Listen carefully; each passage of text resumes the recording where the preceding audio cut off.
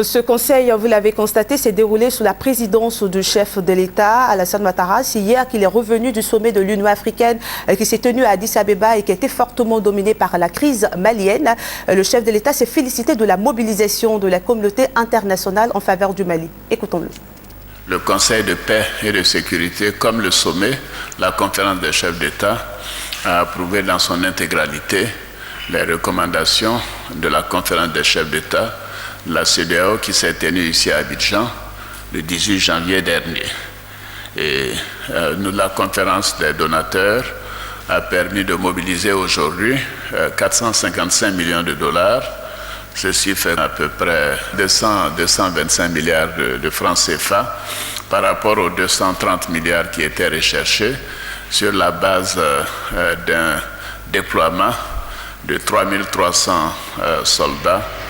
Mais évidemment, maintenant, avec la participation du Tchad, qui doit fournir plus de 2000 soldats, et les autres pays, y compris les pays de la CEDEAO, qui ont décidé d'accroître le nombre de leurs contributions en troupes, nous sommes maintenant à un potentiel, y compris les réserves, de 8000 soldats, donc et un besoin de financement de 950 millions.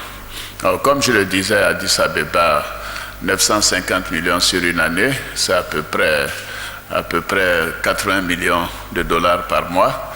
Le fait d'avoir mobilisé dès à présent 455 millions permet de gérer la situation sur les 4 à 5 mois à venir.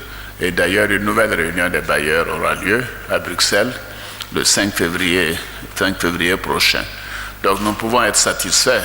C'est un grand soutien au Mali et ceci permettra d'accélérer le déploiement des troupes, de faire en sorte que les régions qui ont été libérées puissent avoir les troupes maliennes, mais également des troupes africaines pour sécuriser ces régions, mais également les stabiliser, transporter l'aide humanitaire, et faire en sorte que très rapidement l'administration puisse être déployée pour permettre l'organisation d'élections démocratiques dans les mois à venir, en tout état de cause avant la fin de cette année.